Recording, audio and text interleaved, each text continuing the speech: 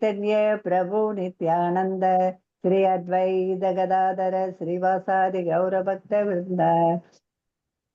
नमो विष्णुपादाय कृष्णप्रस्थाय भूतले श्रीमदे भक्तिवेदांत स्वामी निधि नामिने। नमस्ते सरस्वती देवी गौरवाणी प्रचारिणे निर्विशेष शून्यवादी वाससात्य देशतारिणे। हरे कृष्ण कृष्ण कृष्ण हरे हरे, हरे राम राम राम हरे हरे। हरे कृष्ण कृष्ण कृष्ण हरे हरे, हरे राम राम राम हरे हरे। हरे कृष्ण प्रभु, हरे कृष्ण माताजी। हरे कृष्णा।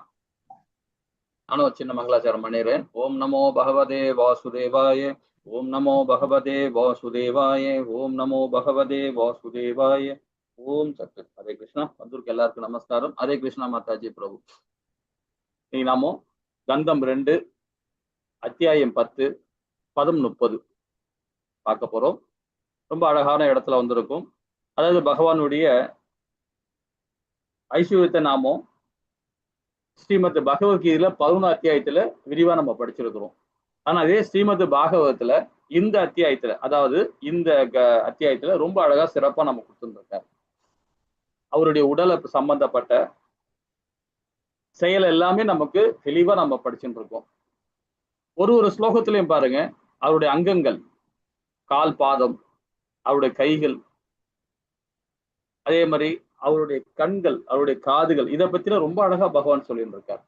இப்ப உடல் உறுப்புகளை பத்தி ரொம்ப அழகா இன்னும் தெளிவுபடுத்திட்டு இருக்காரு ஒரு ஸ்லோகம் மூலியமாக.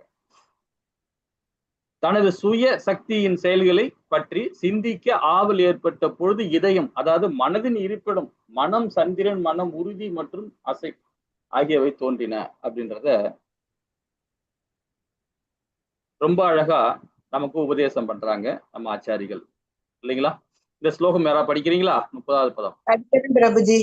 நிதித்யோராத்ம மாயாம் ஹிருதயம் நிர்வித்யத ததோ மனச்சந்திர இதி சங்கல்ப காம ஏவச்ச. மொழிபெயர்ப்பு. தமது சுயசக்தியின் செயல்களை பற்றி சிந்திக்க ஆவல் ஏற்பட்ட பொழுது இதயம், மனதின் இருப்பிடம், மனம், சந்திரன், மன உறுதி மற்றும் ஆசை ஆகியவை தோன்றின. பொருளுரை. ஜீவராசியின் இதயம் பரமாத்மாவின் உறைவிடமாகும். பரமாத்மா பரமபுருஷ பகவானின் ஒரு விரிவங்கம் ஆவார்.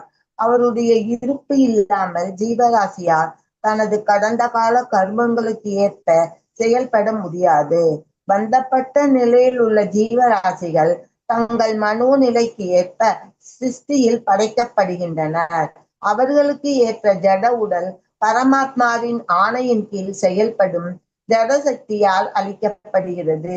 இது பகவத்கீதையில் 9.10 விளக்கப்பட்டு உள்ளது. எனவே பந்தப்பட்ட ஆத்மாவின் இதயத்தில் பரமாத்மா அமர்ந்திருக்கும் பொழுது தேவையான மனம் பந்தப்பட்ட ஆத்மாவினுள் தோன்றுகிறது. இதனால் நித்திரையிலிருந்து விழித்தெழுந்தும் தனது கடமையை பற்றிய உணர்வு ஒருவருக்கு உண்டாவதைப் போலவே அந்த ஆத்மாவும் உணர்வை பெறுகிறது. ஆகவே ஜீவராசியின் இதயத்தில் பரமாத்மா அமரும் பொழுது ஜீவனின் பௌதீக மனம் விருத்தி அடைகிறது. பரமாத்மாவின் இருப்பால் மனதும் அதை ஆளும் மூர்த்தியும் சந்திரன். அதன் பிறகு எண்ணம், உணர்வு மற்றும் விருப்பம் ஆகிய மனதின் செயல்களும் உருவெடுக்கின்றன. இதயம் இல்லாமல் மனதின் செயல்கள் இயக்கப்பட முடியாது. ஜட படைப்பின் இயக்கங்களை காண பகவான் விரும்பும் பொழுது இதயம் தோற்றுவிக்கப்படுகிறது. ஹரே கிருஷ்ணா பிரபுஜி. ஹரே கிருஷ்ணா மாதாஜி. ஹரே கிருஷ்ணா. இந்த பதம் பாருங்க, பகவானுடைய அங்கங்கள் எப்படி, பகவானுடைய அங்கங்கள் ஏற்படுத்தப்பட்டது, எதால ஏற்படப்பட்டதுன்னு சொல்லிட்டு இந்த பதம் மூலியமா நம்ம தெரிஞ்சுக்கிறோம். அதாவது தனது சுயசக்தி, பகவானுடைய யோகமாயா சக்தி செயல்களை பற்றி சிந்திக்க ஆவல் ஏற்பட்ட பொழுது இதயம், அதாவது மனதின் இருப்பிடம், மனம், சந்திரன், மன உறுதி மற்றும் ஆசை ஆகியவை தோன்றின அப்படின்னு. இப்ப இந்த ஆசையை பத்தியும் மனதை பத்தியும் சந்திரனை பத்தியும் இந்த மூணுமே இங்க ரொம்ப இம்பார்ட்டன்டா கொடுக்கப்பட்டிருக்காங்க. இப்ப மனம் எங்க இருக்கும்னு பாத்தீங்கன்னா எல்லாருக்கும் நம்ம சொல்லுவோம் இதயத்துல தான் இருக்குன்னு சொல்லுவோம். இல்லைங்களா? இதுக்கு ஒரு சின்ன ஒரு விளக்கம் பார்ப்போம். விளக்கம் இப்ப சொல்றதை விட சந்திரனை பத்தி இந்த இந்த இந்த ஸ்டோரி மூலியமா நம்ம புரிஞ்சுக்கலாம்.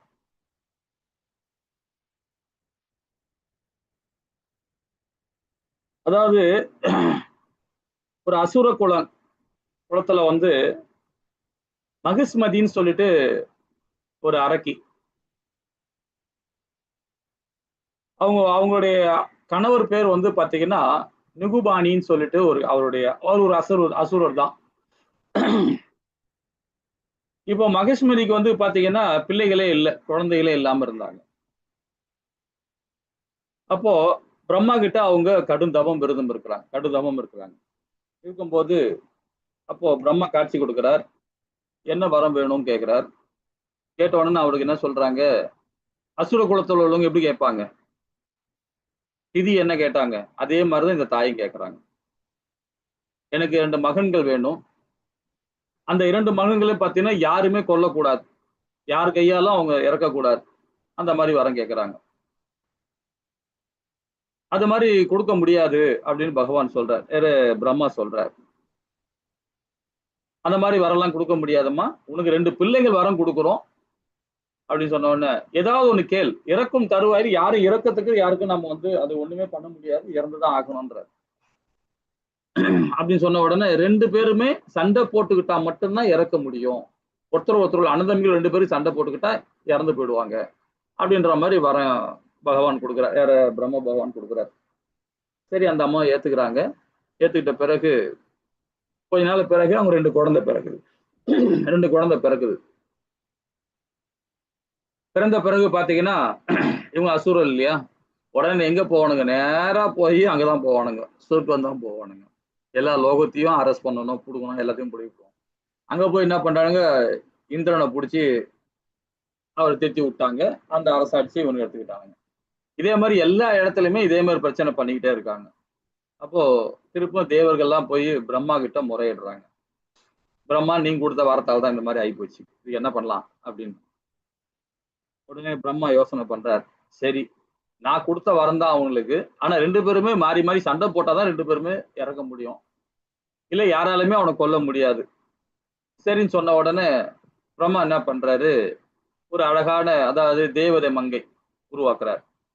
அவங்கதான் பாத்தீங்கன்னா திலோத்தமை, ஊர்வசி, அங்க அது மாதிரி இருக்காங்க இல்லையா, அது மாதிரி திலோத்தமைய பகவான் பிரம்மா வந்து உருவாக்குறார். உருவாக்கி இவனுங்க எல்லா நாட்டையும் அடிச்சுட்டானுங்க, அரெஸ்ட் பண்ணி வச்சிருக்கானுங்க. பூலோகத்திலயும் சரி எல்லா லோகத்தையும் இவன் கண்ட்ரோல் வச்சிருக்கானுங்க. இந்த திலோத்தமையை அமிச்ச உடனே, அங்க போன உடனே இவங்க அழக மயங்கி 2 பேருமே என்ன பண்றாங்க, போட்டி போடுறானுங்க. 2 பேருக்குள்ளாரையும் போட்டி வந்த உடனே கடைசியில் 2 பேருமே மாறி மாறி சண்டை போட்டுக்கிட்டு இறந்துட்டானுங்க. 2 பேருமே இறந்த உடனே திருப்பி ராஜ்யம் எல்லாம் ஃபுல்லா அவங்க கண்ட்ரோலுக்கு போயிடுச்சு, தேவலோகம் எல்லாமே போயிடுச்சு. அப்போ பிரம்மா வந்து கேட்கிறார், தேவர்கள் இந்திரன் எல்லாம் கேட்கிறாங்க, திலோத்தம்மா உன்னாலதான் திரும்ப இந்த அரசாட்சி கிடைச்சது, அதனால உனக்கு என்ன வேணும் கேளு அப்படின்னு திலோத்தம்மை கேட்கிறாங்க. உடனே அவங்க என்ன சொல்றாங்க, பிரம்மா எல்லாம் கேட்ட பிறகு, நீ வேணா ஒண்ணு செய் திலோத்தம்மை, நீ வந்து வேணா சொர்க்கலோகத்துல வந்து ஊர்வசி இவங்க எல்லாம் இருக்காங்க இல்லையா, அது மாதிரி போய் நீயும் போய் நடனமாடு, அந்த மாதிரி இருந்துக்கோ அப்படின்னு சொல்றாங்க. எனக்கு அதெல்லாம் வேண்டாம், நான் பகவானுக்கு சேவை பண்ணணும், நான் பகவானுக்கு முழு நேரம் சேவை பண்ணணும், அதுக்கு ஏதாவது வழி சொல்லுங்க அப்படின்னு சொன்ன உடனே, அப்போ உடனே பிரம்மா சொல்றார், என்னோட பையன் நாரதன் இருக்கான், அவங்ககிட்ட போய் கேளு, அவனுக்கு ஆனா அவன் தான் சதா நேரமும் பகவான் நினைச்சுக்கிட்டே இருப்பான், அவனை கேட்டேன்னா அந்த ஞானம் உனக்கு கிடைக்கும் அப்படின்னு சொல்லிட்டு அனுப்புறாரு. அவர் எங்க இருக்காருன்னு போய் பார்க்க போறாங்க. அங்க என்னன்னா ஸ்ரீவாரமங்கைன்னு சொல்லிட்டு ஒரு திருத்தலம் இருக்கு. அந்த திருத்தலத்துல நாரத முனி வந்து தவம் பண்ணிட்டு இருக்காரு. ஸ்ரீவாரமங்கை நாரதரை போய் சந்திக்கிறாங்க இவங்க திலோத்தமை. அப்போ அவர் சொல்லி கொடுக்குறாரு, இது மாதிரிலாம் தவம் பண்ணுங்க, வாசுதேவ மந்திரத்தை இதெல்லாம் சொல்லி அவருக்கு அந்த அம்மாவுக்கு சொல்றாங்க. அப்போ அந்த இடத்துல திருவாரமங்கை அந்த ஊர்ல வந்து பாத்தீங்கன்னா இன்னைக்கும் வந்து நாரத முனி வந்து தவம் இருந்த இடம் வந்து காட்சி கொடுக்குறாரு. அங்க வந்து பாத்தீங்கன்னா பகவான் வந்து ஆதிசேஷன் மேலேயும், ஸ்ரீதேவி, பூதேவி, நிலதேவி வைகுண்டத்துல அமர்ந்திருக்கிற மாதிரி இருப்பாங்க, காட்சி கொடுத்துட்டு இருக்காங்க. இது மாத்திரம் இல்லாம வாமாலைன்னு சொல்லிட்டு, அது வாமாலையில வனமாலைன்னு சொல்லிட்டு ஒரு ஊர் இருக்கு. அங்கேயும் பாத்தீங்கன்னா பகவானோட திருநாமத்துல அங்க ஒரு கோவில் இருக்கு. அந்த இடம் பாத்தீங்கன்னா வனமாலையில பாத்தீங்கன்னா 4 பக்கம் ஏரிகளா சூழ்ந்திருக்கும். ஏரிகள் ஃபுல்லா சூழ்ந்திருக்கும். அந்த இடத்துலயும் பாத்தீங்கன்னா அதுதான் நான்கு நெறின்னு சொல்லுவாங்க. அந்த கிராமம் இப்போ உண்டு. இப்போ அந்த ஊர் பேர் இருக்கு. அந்த இடத்துலயும் பாத்தீங்கன்னா பகவானுக்கு அங்கேயும் போய் காட்சி, அங்கேயும் நீ தவம் இருக்கலாம் அப்படின்னு சொல்லிட்டு திலோத்தமா கிட்ட சொல்றாங்க. அப்ப திலோத்தமா என்ன பண்றாங்க, இவங்களும் ஊர்வசியும் 2 பேரும் போயிட்டு அங்க போய் தவம் இருக்கிறாங்க. ஊர்வசியும் சேர்ந்துக்கிட்டாங்க இவங்க கூட, திலோத்தமாவோட சேர்ந்துக்கிட்டு 2 பேருமே போய் அங்க போய் பகவானுக்கு பக்தி கொடுத்துட்டு இருக்காங்க. இந்த 4 நீர்ல பாத்தீங்கன்னா சந்திரன், சூரியன் அவங்க 2 பேருமே காட்சி கொடுப்பாங்க. இந்த இடத்துல அதாவது இப்ப நான் முன்னாடி சொன்னேன் பாத்தீங்களா, அது அதாவது ஸ்ரீ வாரமங்கைக்கு அந்த ஊர்ல பாத்தீங்கன்னா ஆதிசேஷன் மேல படுத்துட்டு இருப்பார். இந்த சைடுல மூதேவி எல்லாமே இருப்பாங்க. ஆனா இந்த ஊர்ல நான்கநீர்ல பாத்தீங்கன்னா இதே மாதிரி காட்சி கொடுப்பா. ஆனா சூரியன் சந்திரனும் சேர்த்து காட்சி கொடுக்குறாங்க. அது இல்லாம இவங்க இந்த இடத்துல தவம் இருந்ததுனால, திலோத்தமாவையும் ஊர்வசி தவம் இருந்ததுனால அவங்களுடைய சிலையும் அங்க இருக்கும். அந்த கோவில இப்பவும் உண்டு, நான்கநீர்ல உண்டு. அப்ப அந்த இடத்துல தீப ஆராதனை காட்டணும். இப்போ அந்த கோவில் ரொம்ப வித்தியாசமா இருக்கும்.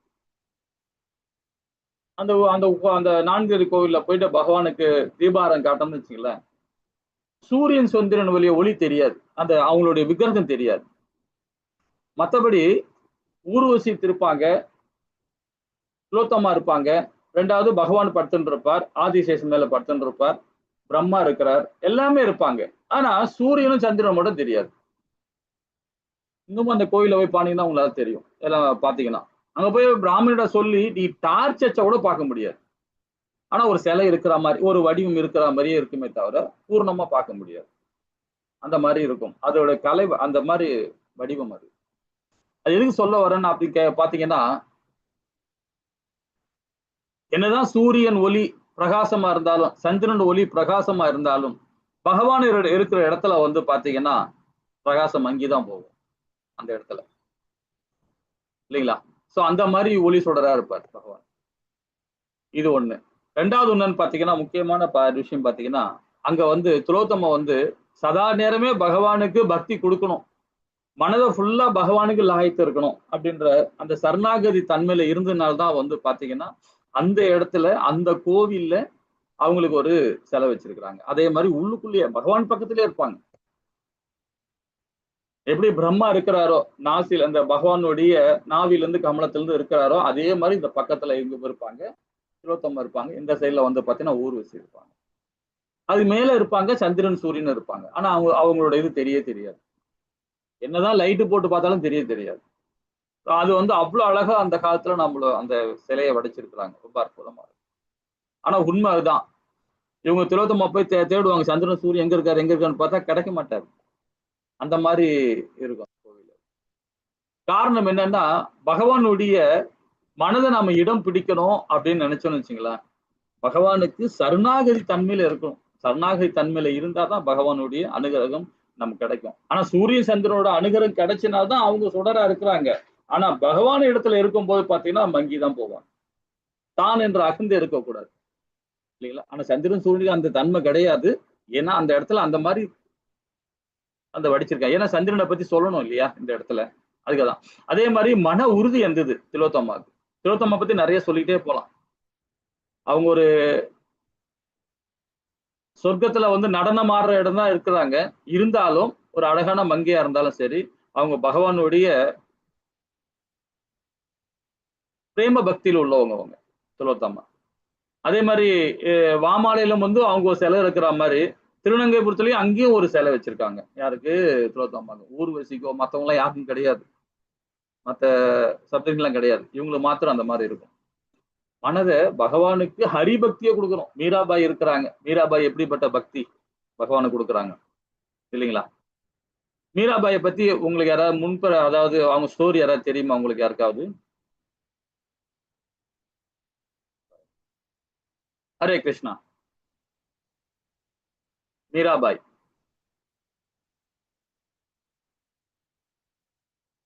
ஹரே கிருஷ்ணா மாதாஜி பிரபு.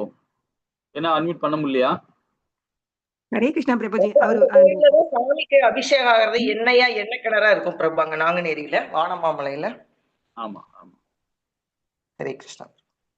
அதான் அந்த இடத்த சொல்லிட்டே போலாம், நிறைய விஷயங்கள் இருக்கு, நமக்கு அது வேணாம், ரொம்ப டைம் எடுக்கும். சரி, இந்த மீராபாயை பத்தி யாராவது சொல்ல முடியுமா? ஏன்னா எதுக்கு சொல்ல வரேன்னா, மன உறுதி இருக்கணும். அந்த உறுதித்தன்மைக்கு மீராபாய் ஒரு உகந்தம். மீராபாயை பத்தி யாராவது தெரியுமா? ஒரே ஒரு தடவை கிருஷ்ணரை பார்த்த உடனே அவங்க கிருஷ்ணன் மேல அவ்வளவு பிரேமைய ஏற்படுத்திக்கிட்டாங்க பிரபுஜி. ஹரே கிருஷ்ணா. ஹரே கிருஷ்ணா. ஆமா, அது எல்லாருக்கும் தெரிஞ்ச விஷயம்தான். ஏன்னா அவங்களுடைய ஏன் அந்த அளவுக்கு அவங்க அந்த மாதிரி ஆனாங்க அப்படின்றத பகவானுடைய அப்ப அது பகவானும் அவருக்கு ஒரு லீலைக்கு பண்ணியிருக்காரு அந்த அம்மா கிட்ட. அவருக்கு கோபர்கள், பகவானுடைய கோபர்கள், ஏகப்பட்ட கோபர்கள் இருக்காங்க இல்லையா, அது மாதிரி ஒரு கோபர் தான் அவங்களுடைய மனைவி தான் வந்து மீராபாய். என்னன்னு பாத்தீங்கன்னா, ஹரே கிருஷ்ணா பிரபு. ஹரே கிருஷ்ணா. அவங்களுக்கு திருமணம் ஆகி கூட சிரமம் நிறைய கொடுத்தாங்க. அது பிறகு அவர் கணவரே திருந்தி மறுபடியும் அந்த பக்தி பாதையில விட்டுட்டார் அவர். ஹரே கிருஷ்ணா. ஹரே கிருஷ்ணா. ஹரே கிருஷ்ணா. ஓகே. பகவானுக்கு எப்படி பாத்தீங்கன்னா, அவருடைய அதாவது ஒரு புக்கு ஒன்று வச்சிருக்கிறேன், அந்த புக்கு கிடைச்சேன்னா வாங்கி படிங்க. ரொம்ப அற்புதமான புக்கு அது. அதுல படிச்சேன் நானு. அதாவது தாயே யசோதா அப்படின்ற புக்கு இது. ரொம்ப அற்புதமா இருக்கு அந்த புக்கு. இது ஸ்ரீ சம்பிரதாயத்துல எழுதப்பட்ட புக்கு. இது ரொம்ப நல்லா இருக்கும். தெரியுதுங்களா? தாயே யசோதான்னு சொல்ற புக்கு இது. ரொம்ப அற்புதமா இருக்கும். இதுல என்ன சொல்லப்பட்டதுன்னு பாத்தீங்கன்னா, யசோத தாய் வந்து பகவானுக்கு எப்படி பக்தி கொடுக்குறாங்கன்னு பாத்தீங்கன்னா, நம்மள மாதிரி எல்லாம் வந்து சதா நேரமா ஹரே கிருஷ்ணா மகாமந்திரம் சொல்லிக்கிட்டு, பகவானுக்கு பிரசாதம் ரெடி பண்ணி கொடுத்துக்கிட்டு, பகவானுக்கு தொண்டு பண்ணிக்கிட்டு, அந்த மாதிரிலாம் அவங்க இல்லை. ஏன்னா 24 மணி நேரமும் பகவானை நினைச்சுக்கிட்டே அவங்க வந்து அவரை பத்தியே நினைச்சுக்கிட்டே இருப்பாங்க. 24 மணி நேரமும் நினைச்சுக்கிட்டே இருப்பாங்க. அந்த மாதிரி பகவானுக்கு சதா நேரம் யசோதாய் பக்தி கொடுக்குறாங்க. அப்போ அவரை வந்து பாத்தீங்கன்னா, பகவான் வந்து ரொம்ப குறும்பு பண்றவர் இல்லையா, ரொம்ப குறும்பு பண்றவர். அதே மாதிரி நிறைய தப்புலாம் பண்றவர் சின்ன பிராயத்துல. அது ஒரு லீலை தான். அந்த மாதிரி இருக்கும்போது பாத்தீங்கன்னா, கோபர்கள் வந்து இப்போ கோபிகள்ல வந்து இவர் பார்த்தாங்களே போதும், இவரை ஃபாலோ பண்ண ஆரம்பிச்சிருவாங்க. அதனால அந்த ஊர்ல இருக்கவங்க எல்லா கோபியரும் வந்து பாத்தீங்கன்னா அவங்கள சகோதரர்கள், அந்த கோபியோட சகோதரர்கள், கோபியோட தாய் தந்தையர்கள், இவங்க எல்லாமே பயப்படுவாங்க. வா, இவன் கிருஷ்ணன் வந்தாவே போச்சுப்பா, இவ பின்னாடியே போயிடுவாப்பா. அதனால சொல்லிட்டு எல்லாம் பயந்து பயந்து வளர்ப்பாங்க பிள்ளைகளை, பொம்பளை பிள்ளைகளை. அவ சின்ன பிராயத்துல இருக்கும் போதே, அவருக்கு என்ன வயசு, ஒரு 6 வயசு 7 வயசு இருக்கும் போது எல்லாமே பயப்படுவாங்க வீட்டுல உள்ளவங்க பெரியவங்க எல்லாம். அப்ப அந்த மாதிரி காலகட்டத்தில் இருக்கும்போது கோபரோட நெருங்கிய கோபர், பகவானுடைய கோபர், அவருக்கு அவங்க அம்மா சொல்றாங்க, டேய் உனக்கு பக்கத்து ஊர்ல ஒரு பொண்ணு பார்த்து வச்சிருக்கிறேன், வாடா போலாம் அப்படின்றாங்க. இத போய் கிருஷ்ண கிட்ட சொல்லிடாத, சொல்லிட்டேன்னா அவனும் கூட வந்துருவான். வந்துட்டானா நீ பாக்குற பொண்ணு கடைசியில அவன் ஃபாலோ பண்ண ஆரம்பிடும், அந்த பொண்ணு அவங்க கூட போயிடும். அதனால அவங்ககிட்ட சொல்லாத அப்படின்னு சொல்லிட்டு அவங்க தாய் சொல்றாங்க கோபர்கிட்ட. சொன்ன உடனே சரி நான் சொல்ல மாட்டேன் அப்படின்ட்டு. உடனே சொல்ல மாட்டேம்மா அப்படின்ட்டு. எப்போ போலாமான்னு, நான் சொல்றேன் உனக்கு அப்படின்னா. அப்போ உடனே இவனுக்கு கோபருக்கு வந்து இவனு 2 பேரும் மாடு மேய்ச்சிட்டு விளையாடிட்டு இருக்கும்போது சின்ன பிராயத்திலே பாத்தீங்க. ஏன்னா யசோத தாய் என்ன பண்ணுவாங்க, பலராம ஐயாவுக்கும் சரி பகவானுக்கிட்டே 2 குச்சி, ஒரு குச்சி கொடுத்துட்டு அவருக்கு சைஸ் உள்ள கன்றுக்குட்டியை கொடுப்பாங்க. கொடுத்து போய் மேய்ச்சிட்டு வா அப்படின்னு அனுப்புவாங்க. 6 வயசு குழந்தையா இருக்கும்போது கூட. அதுக்கேற்ற மாதிரி அந்த குழந்தைங்க, அந்த அந்த கன்றுக்குட்டிங்க அவ்வளவு அழகா விளையாடும். அவருக்கு சைஸுக்கு ஏற்ற மாதிரி தான் அந்த அம்மா கொடுக்கும். 2 பேரையும் கையில குச்சி கொடுத்து அனுப்பும். அந்த மாதிரி மாடு மேய்ப்பாங்க. அந்த மாதிரி கோபர்களும் அழகா வந்து கூட இருப்பாங்க. அப்போ ஒரே பகவான் பாக்குறாரு அந்த கோபுரை. என்னடா ரொம்ப உற்சாகமா இருக்க, என்னடா விஷயம், என்ன நடக்குது? ஏன்னா பகவான் தெரிஞ்சிடுச்சு இவன் பண்ற விஷயம், மறைக்கிறான் ஏதோ ஒண்ணு சொல்லிட்டு, என்ன விஷயம்டா ரொம்ப ஜாலியா இருக்க, என்ன விஷயம் அப்படின்னா, ஒண்ணும் இல்லடா, அதெல்லாம் ஒண்ணும் இல்லடா. சரி சரி ஏதோ மறைக்கிற, சரி ஓகே, எனக்கு தெரியாது, எதுவுமே எனக்கு தெரியாம இருக்காது, பாத்துக்கிறேன் போ, உண்மை என்னைக்குமே வெளியே வரும் அப்படின்னு சொல்லிட்டு கிண்டல் பண்ணி அவனை அமுச்சு விட்டுறாரு. அமுச்சு விட்ட உடனே இவன் என்ன பண்றான், அன்னைக்கு அவங்க அம்மா சொல்றாங்க, இன்னைக்கு சாயங்காலம் நம்ம போலாம்டா, போய் பொண்ணு பார்த்து வந்துடலாம்டா அப்படின்னு. சரி ஓகே அப்படின்னு கிளம்புறாங்க. போய் பார்த்துட்டும் வந்துட்டாங்க. பார்த்துட்டு வந்துட்டு அந்த பொண்ணு ரொம்ப அழகா இருக்கு. ஆனா அந்த பொண்ணுகிட்ட இவர் சொல்றாரு கோபர், நீ திருமணமான பிறகு நம்ம ஊருக்கு வந்த பிறகு என் ஊர்ல ஒருத்தன் இருக்கான், என் நண்பன் தான் அவன், ஆனா அவனை மட்டும் நீ பாத்துறாத அப்படின்னு சொல்றாங்க.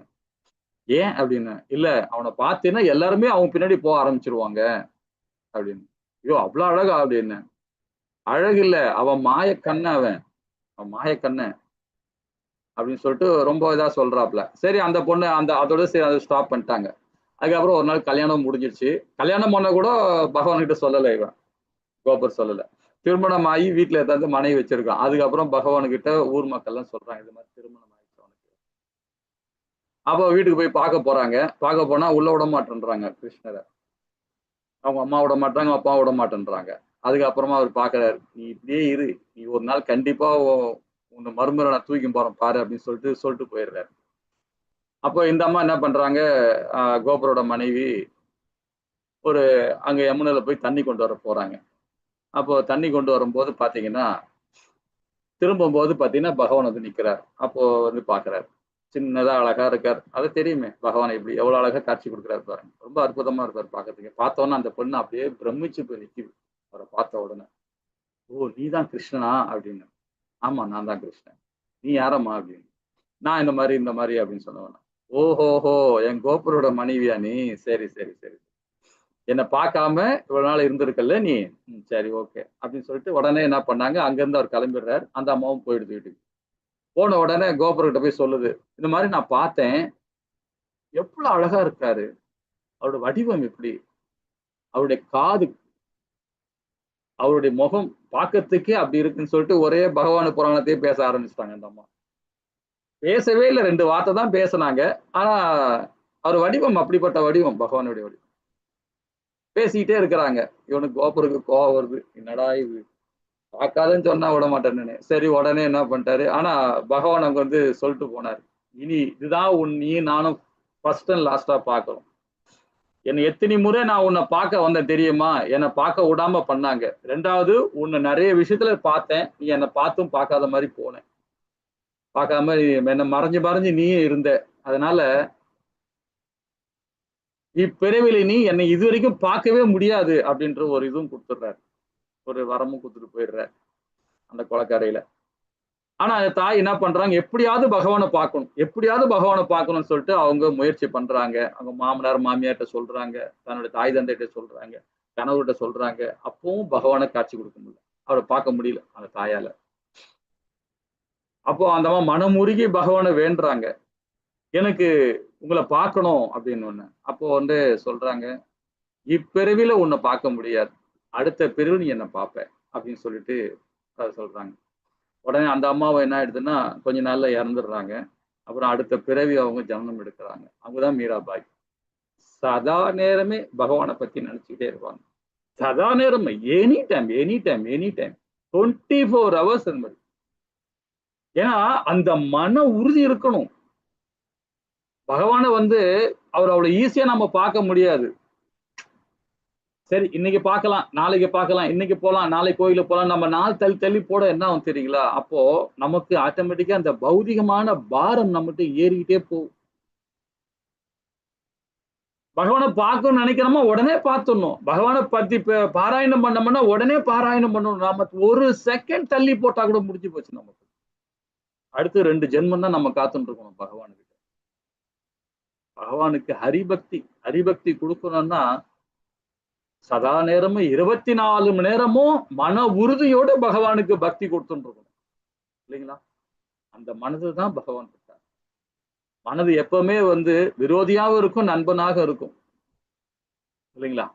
பகவத்கீதையில ரொம்ப அழகா பகவான் சொல்லியிருக்கார். 6வது அத்தியாயத்திலும் சொல்லியிருக்கிறார், 14 அத்தியாயத்திலும் சொல்லியிருக்கிறார், 17லயும் சொல்லியிருக்கிறார், முடிவரை 18லயும் சொல்லியிருக்கிறார். பகவான் கிட்டத்தட்ட 12 பதத்துல வந்து இந்த மனத்தை பத்தி ரொம்ப அழகா சொல்லியிருக்கிறார், நண்பனா விரோதியான்றது. சோ அந்த மன உறுதி இருக்கணும் பகவானுக்கிட்ட. ஹரே கிருஷ்ணா. 31வது பதம் பார்ப்போமா? ஹரே கிருஷ்ணா மாதாஜி.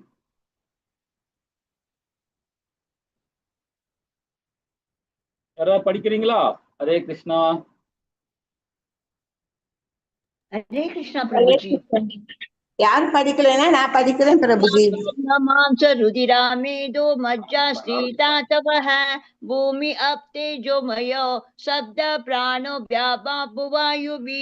உடலின் 7 மூல பொருட்களாகிய தோலின் மீதுள்ள லேசான அடுக்கு தோல், சதை, ரத்தம், கொழுப்பு, மஜ்ஜை மற்றும் எலும்பு ஆகியவை நிலம், நீர், நெருப்பால் ஆனவை ஆகும்.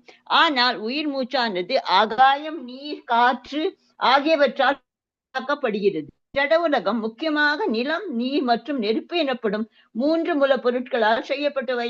ஆனால் உயிர் சக்தியோ ஆகாயம், நீர் மற்றும் காற்று ஆகியவற்றால் ஆனதாகும். ஆகவே ஜடப்படைப்பில் உள்ள ஸ்தூலம் மற்றும் சூக்ஷ்ம உருவங்கள் ஆகிய 2லும் நீர் பொதுவான மூல் பொருளாக இருக்கிறது. அவசியத்தின் காரணமாக நீர் ஜட உலகில் மிகவும் பிரசித்தி பெற்றதாக இருப்பதால் இதுவே 5 மூல பொருட்களிலும் முக்கியமானது என்பது கவனிக்கத்தக்கதாகும்.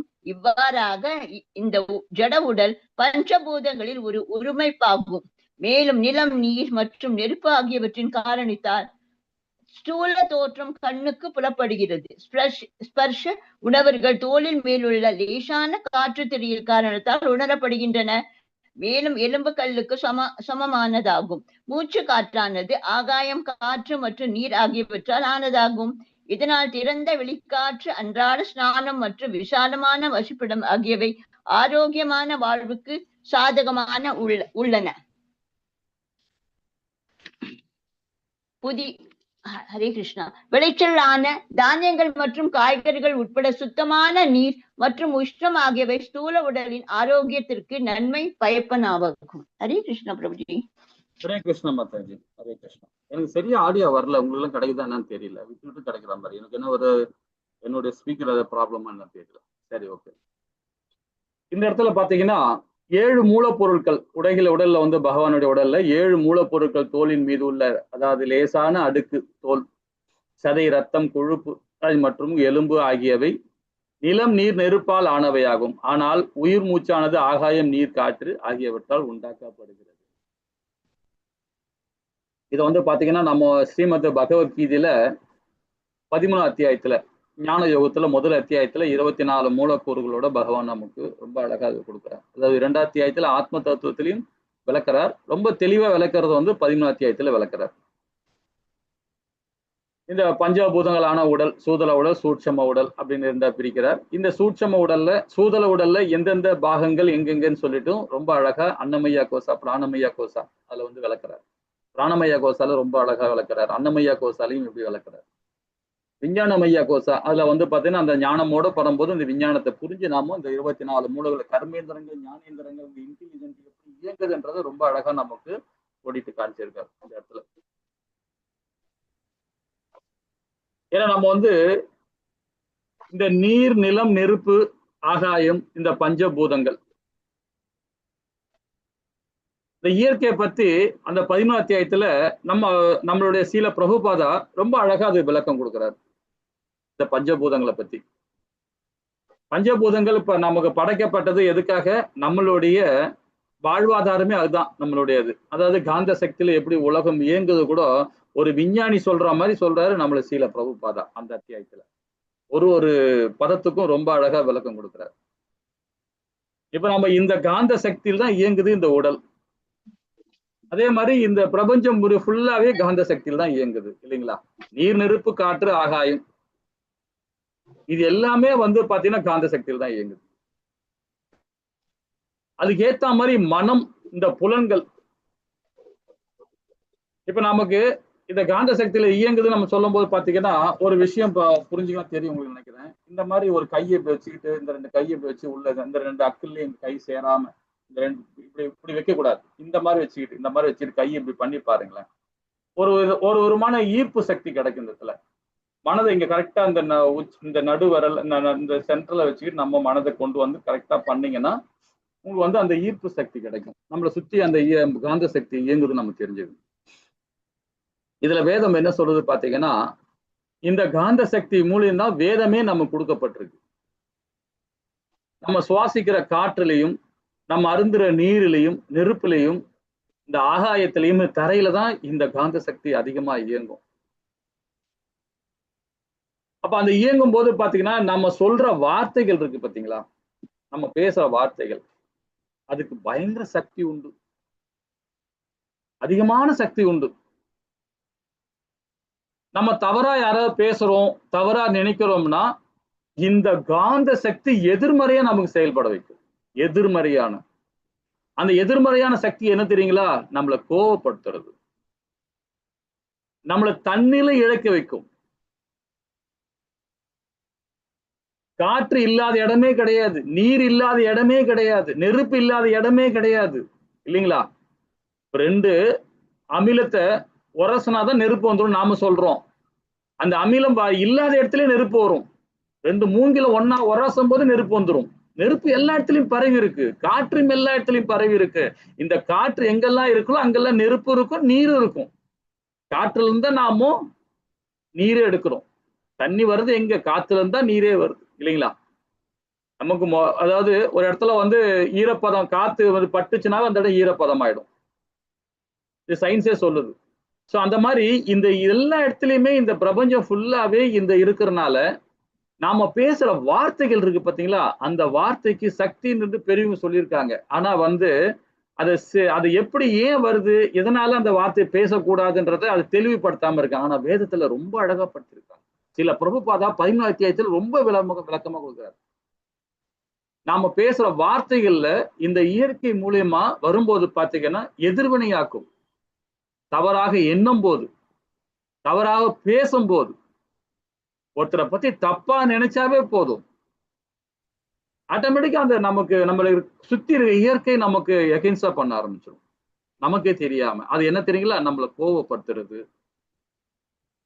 தேவையில்லாத விஷயம் சிந்தனை பண்றது. இதுதான் நம்ம வேதங்கள் என்ன சொல்றோம், மாய அப்படின்றோம். பகவான் சொல்றார் அந்த நுணுக்கத்தை நமக்கு தெரியாது இல்லையா. இதை நம்ம படிச்சு நாம நிறைய விஷயம் தெரிஞ்சதுனால அதுதான் வந்து பாத்தீங்கன்னா இந்த கற்றறிந்த முனிவர்கள், மகா ஞானிகள். இப்ப நம்மளுடைய NND பிரபு இருக்கிறார், நம்மளுடைய ஜெயபதக மகாராஜா இருக்கிறார். இவங்கெல்லாம் வந்து நிறைய புரிஞ்சு படிச்சு புரிஞ்சதுனால, ஆச்சாரியர்கள் சொன்னதுனால்தான் அந்த விஞ்ஞானம் அவங்களுக்கு தெரிஞ்சனால்தான் அவங்க இயற்கையாவே நார்மலா பேசுறதே வந்து யாரையுமே சங்கடப்படுத்தாம பேசுவாங்க, யாரையுமே கோவப்படுத்தி பேச மாட்டாங்க, சாந்தமா பேசுவாங்க. அந்த தன்மை வரும், நமக்கும் அந்த தன்மை வரும், அதை உள்வாங்கும். இந்த விஞ்ஞானம் யாருக்கா சொன்னா புரியுமா பாருங்களேன், புரியாது. என்னங்க நீங்க இயற்கையில இருந்து என்னங்க வருது, என்னங்க இது பண்றீங்க, மேக்னெட் பவர்ல எப்படிங்க, இந்த காந்த சக்தி மூலம் எப்படி பேசினா எப்படிங்க, அது உண்டு. இந்த அதிர்வலையில் தானே நாம இந்த மொபைலை யூஸ் பண்றோம், அதிர்வலையில் மூலியமா தான் ரேடியோவை கேட்கிறோம், அதிர்வலையில் மூலியமா தானே எல்லாமே இயங்குது இல்லைங்களா. ஆனா வேதத்துல கோடான கோடி வருஷத்துக்கு முன்னாடி சொல்லிட்டாங்க. அதனால நம்ம பேசுற வார்த்தைகள் எல்லாமே இந்த இயற்கையில சம்பந்தப்பட்டு, இயற்கை நாம அவ்வளவு, அதாவது அதிகமா காற்று எடுத்தாலும் நமக்கு பிரச்சனை தான் இல்லைங்களா, குறைவா காற்று எடுத்தாலும் காற்று நம்ம சக் பண்ணாலும் நமக்கு பிரச்சனை தான்.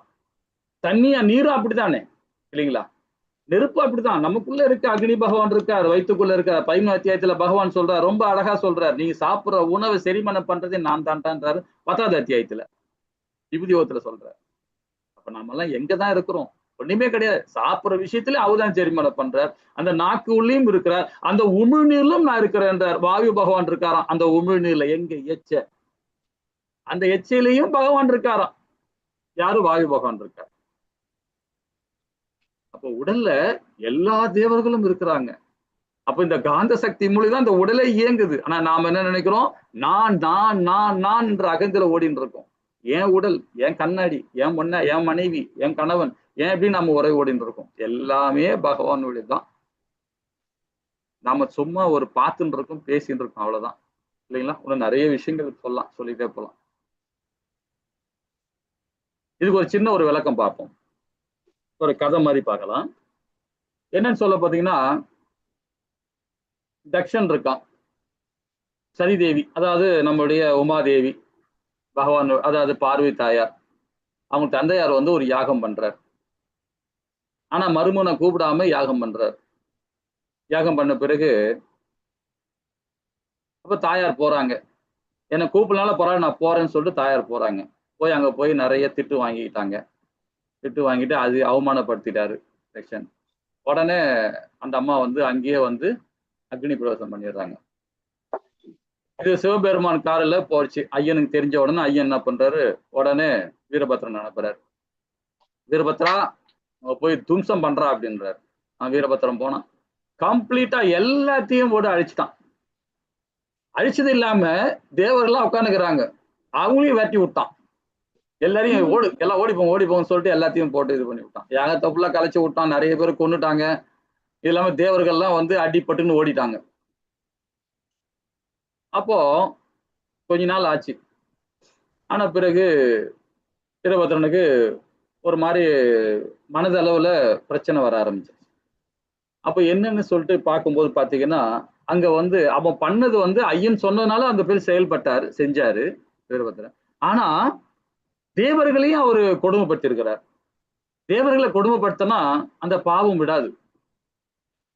அப்போ உடனே இவருக்கு வந்து ரொம்ப மோசமான நிலைமை ஆயிடுச்சு வீரபத்ரனுக்கு. உடனே ஐயன் கிட்ட போய் கேட்கிறாரு, சிவபெருமான் கேட்கிறாரு, ஐயா இந்த மாதிரி ஆயிடுச்சு, நான் என்ன பண்ணலாம் அப்படின்னு. எனக்கு இந்த நிலைமை வந்துதுரா, ஏன்னா பிரம்மா சும்மா தொல்லை பண்ணிக்கிட்டே இருந்தான்டா. அவன் ஒரு தலையை பேத்து எடுத்துட்டேன். 5 தலை இருந்தது, ஒரு தலையை நான் தான் பேத்து எடுத்தேன். அதனால அந்த தோஷம் எனக்கு வந்துடுச்சு. அப்புறம் நான் திருப்பி பகவான்கிட்ட போய் முறையிட்டேன். அவரு என்ன பண்ணாரு, தமிழகத்துல வட தமிழகத்துல திருவள்ளூர் அங்க வீரபத்ரர், அதாவது வீரராகவர் கோவில் ஒரு கோவில் இருக்குப்பா, அந்த ஜலத்துல போய் குளிச்சுட்டு நீ பண்ணினா உன்னுடைய எல்லா ப்ராப்ளமும் சால்வ் அப்படின்றாரு. நான் அங்க போய் தான் அந்த குளத்துல குளிச்சுட்டு போய் வீரராகவை தரிசிச்சு வந்தேன். வந்த பிறகு எனக்கு அந்த ப்ராப்ளம் சால்வ் ஆயிடுச்சு அப்படின்னாரு. உடனே வீரபத்ரன் வந்து அந்த குளத்துல குளிச்சுட்டு, இன்னைக்கும் அந்த குளம், இன்னைக்கும் அந்த கோவில் அவ்வளவு விசேஷமான கோவில். பாத்தீங்கன்னா பெருமாளை பாத்தீங்கன்னா அப்படி இருப்பார். ஆனந்த சேஷன் மேல படுத்துக்கிட்டு அவ்வளவு அழகு காட்சி கொடுப்பார். என்ன ப்ராப்ளம் வந்தாலும் அந்த போய் உடல் எந்த ஒரு ப்ராப்ளம் வந்தாலும் சரி, வீரராகவரை போய் நம்ம பார்த்தப்போ, அது இந்த புரட்டாசி மாசத்துல போய் பாருங்களேன், அவ்வளவு அழகா காட்சி கொடுப்பார். அற்புதமா இருக்கும் அந்த கோவில்ல பாத்தீங்கன்னா. பகவான் கிருஷ்ணர் இருக்கார், இந்த சைட்ல ஆண்டாள் தாயார் இருக்காங்க, எல்லாமே இருப்பாங்க, சுத்தி இருக்கிறாங்க. ராமபிரான் இருக்கார், சீதா பிராட்டி இருக்காங்க, எல்லாமே இருக்கிறாங்க. இந்த சைட்ல கனகவல்லி தாயார் இருப்பாங்க கோவில்ல. அவ்வளவு அற்புதமா இருக்கும். ராமானுஜ ஆச்சியாருக்கு அங்க ஒரு விக்கிரம் அழகா இருக்கும். அவ்வளவு அற்புதமா இருக்கும். அந்த கோவில்ல பாத்தீங்கன்னா எந்த கோவிலும் இல்லாதது நவகிரகம் அங்க இருக்கு, அந்த கோவில் இருக்கு. சிவன் கோயில்ல மட்டும் தான் நவகிரகம் இருப்பாங்க, அங்க பாத்தீங்கன்னா அந்த கோவில்ல நவகிரகம். அவ்வளோ பிரசித்தி பெற்ற கோவில் அது. அந்த இடத்துல இவர் போய் வீரராகவர் போய் தரிசிச்சார். தரிசனம்னா அவருக்கு எல்லா ப்ராப்ளம் சால்வ் ஆயிடுச்சு. சால்வ் ஆன பிறகு இந்த போன நூற்றாண்டுல நம்முடைய வடலூர்ல இருக்காரு இல்லையா, அருள்புர ஜோதி வள்ளலார், அவருக்கு வயிற்று வலி, நல்ல வயிற்று வலி சின்ன பிராயத்துல. அப்போ அங்க இருக்கிறவங்க பெரியவங்க சொல்லியிருக்கிறாங்க, இது மாதிரி திருவள்ளூர்ல போயிட்டு வீரராகவர் தரிசிச்சேன்னா அந்த ப்ராப்ளம் எல்லாம் சால்வ் ஆயிடும் அப்படின்னு அவங்களுடைய சொல்லியிருக்காங்க. பெரியவங்க சொன்னவருன்னா உடனே என்ன பண்ணாரு, அருள்புர ஜோதி அங்க போனார். போயிட்டு பகவானை தரிசனம் பண்ணார். குளத்துல போய் குளிச்சுட்டு அவங்க வெள்ளத்தை கரைக்கணும், ஒரு வெள்ளம் கொடுப்பாங்க, அந்த வெள்ளத்தை கரைக்கணும். அது நிறைய ஃபார்மாலிட்டி எல்லாம் இருக்கு அதுல, அந்த கோவில்ல. அதெல்லாம் பண்ணிட்டு அதுக்கப்புறம் பகவானை போய் தரிசிச்சுன்னா அங்க ஒரு கீர்த்தனையே பண்றார், ஒரு அஷ்டங்கமே பண்ணார். யாரு, அருள்புர ஜோதி. யாரா நம்புவீங்களா? அருள்புர ஜோதி ஜோதி வடிவமா இருக்காருன்னு அவரே ஒரு அவரோட நிறைய பேர் தெரியாம நிறைய பேர் ஃபாலோ பண்றாங்க அவரை. ஆனா அவர் அங்க போய் தான் பெரும் ஞானமே அடைஞ்சார். அந்த கோவில போய் அந்த வயிற்று வலி போனது மட்டும் இல்லாம அங்கே இப்ப ஒரு பாராயணம் பண்ணியிருக்கார் பகவானுக்கு. அப்போ அந்த இடத்துல அருள்புர ஜோதிக்கு வந்து காட்சி கொடுத்து அவர் சொன்னது என்னன்னு பாத்தீங்கன்னா, எல்லாருக்கும் உங்ககிட்ட வர்றவங்களுக்கு எல்லாருக்குமே வந்து தானம் தர்மம் பண்ணு. என்ன தானம் பண்ணு? அன்னதானம் பண்ணு அப்படின்னு சொல்லி அவர் காட்சி கொடுத்தார். உன் வயிற்று வலி போக்கியிருக்கேன் இல்லையா, அந்த வயிற்று வலி போக்குறதுக்கு உன்னால முடிஞ்ச பரிகாரம் என்ன? உன்னை தேடி வரவங்க, உன்னை நாடி வரவங்களுக்கு எல்லாருக்கும் நீ பண்ண. அதான் இன்னைக்கும் பாத்தீங்கன்னா அணையா ஜோதி மாதிரி இருந்துகிட்ட வள்ளலார்ல இதுல வந்து இன்னைக்கும் வந்து பாத்தீங்கன்னா அந்த கோவிலை பசின்னு போனாவே போதும், பசின்னு போறவனுக்கு அந்த உணவு கிடைக்கும். அந்த அந்த அவருடைய இது ரொம்ப நல்லா இருக்கும். ஏன்னா வீரராக கோயில் வந்து பாத்தீங்கன்னா திருவள்ளூர்ல உள்ள அவ்வளோ ஒரு பிரசித்தி பெற்ற கோவில் அது. யாருக்காவது நோய்வாய்ப்பட்டிருந்தோம்னா அந்த கோவிலை நினைச்சுக்கிட்டு கரெக்டா 9 வாரம் ரெகுலரா நம்ம வாரம் போய் சனிக்கிழமை போய் பகவானை போய் தரிசிச்சுனா போதும். அமாவாசை அன்னைக்கு போனீங்கன்னா நம்ம பித்ருகளுக்கு எல்லாருக்குமே முத்தி தான். பித்ருகள் எல்லாருக்குமே முத்தி தான் வீரராக கோயில். ஹரே கிருஷ்ணா. எது சொல்றேன்னா அந்த கோவிலோட கட்ட அமைப்பு அப்படி.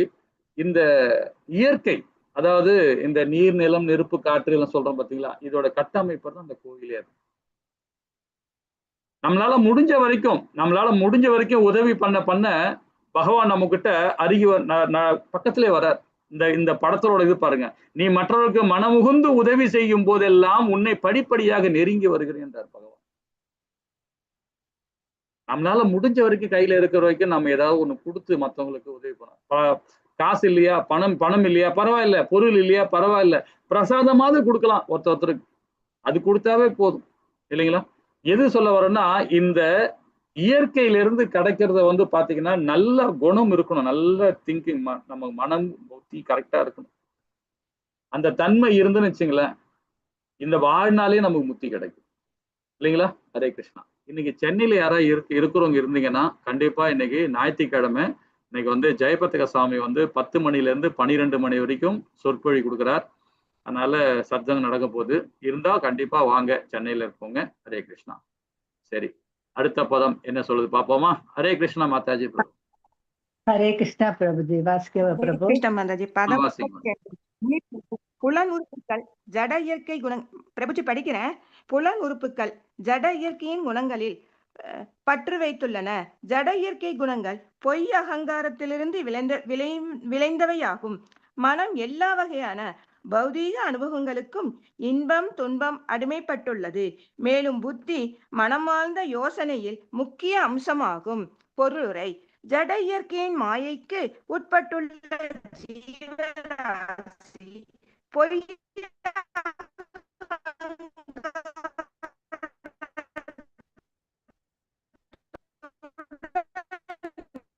நெட்வொர்க் ப்ராப்ளம் போல பிரபு.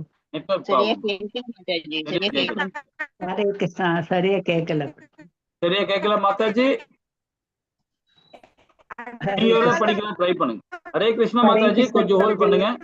வாசிக்கவா பிரபு? வாசிங்க. பொருளுரை: அதாவது ஜீவராசி ஜட உடலில் சிக்கிக் கொள்ளும் பொழுது ஆன்மீகமான ஆத்மா எனும் தனது சுயரூபத்தை மறந்து உடல் சம்பந்தமான உறவு. ஹரே கிருஷ்ணா. ஓகே. ஹரே கிருஷ்ணா. ஹரே கிருஷ்ணா. ஹரே கிருஷ்ணா. ஜீவராசி போல அகங்காரத்துடன் தன்னை அடையாளப்படுத்திக் கொள்கிறான். பிரபுஜி இப்ப கேக்குதா இல்லைங்களா பிரபுஜி? ஹரே கிருஷ்ணா. இப்ப கேக்குது. முன்னாடி கேட்கல, இப்ப கேக்குது. ஓகே பிரபு. அதாவது ஜீவராசி சிக்கிக் கொள்ளும் பொழுது ஆன்மீகமான ஆத்மா எனும் தனது சுயரூபத்தை மறந்து உடல் சம்பந்தமான உறவுகளுடன் தன்னை அடையாளப்படுத்திக் கொள்கிறார். இப்பொய்ய அகங்காரம் ஜட இயற்கை குணங்களுடன் உறவு கொள்கிறது. இதனால் புலன்கள் ஜட இயற்கை குணங்களோடு பற்றை வளர்த்து கொள்கின்றன. வெவ்வேறு பௌதீக அனுபவங்களை உணர்வதற்குரிய கருவியாக மனம் இருக்கிறது. ஆனால் புத்தி ஆழ்ந்த சிந்தனை கொண்டதும் அனைத்தும் நன்மையை நோக்கியே மாற்றிவிடக் கூடியதாகும். எனவே நுண்ணறிவு உள்ளவன் தனது புத்தியை சரியாக உபயோகிப்பதால் ஜட இருப்பின் பொய் தோற்றத்திலிருந்து அவனால் முக்தி பெற முடியும்.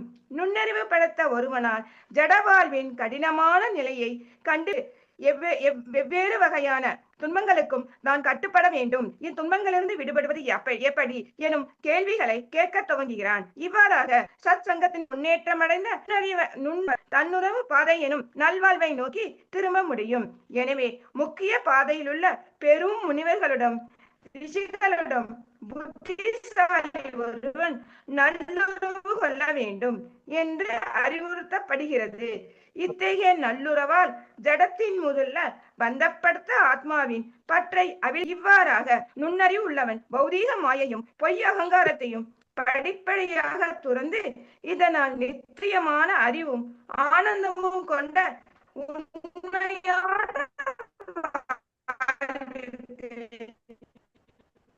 உயர்த்தப்படுகிறான். ஹரே கிருஷ்ணா பிரபுஜி. ஹரே கிருஷ்ணா. ஹரே கிருஷ்ணா பிரபுஜி. நீங்க பேசுறது நிறைய இடத்துல கிடைக்கவே இல்லை மாதாஜி.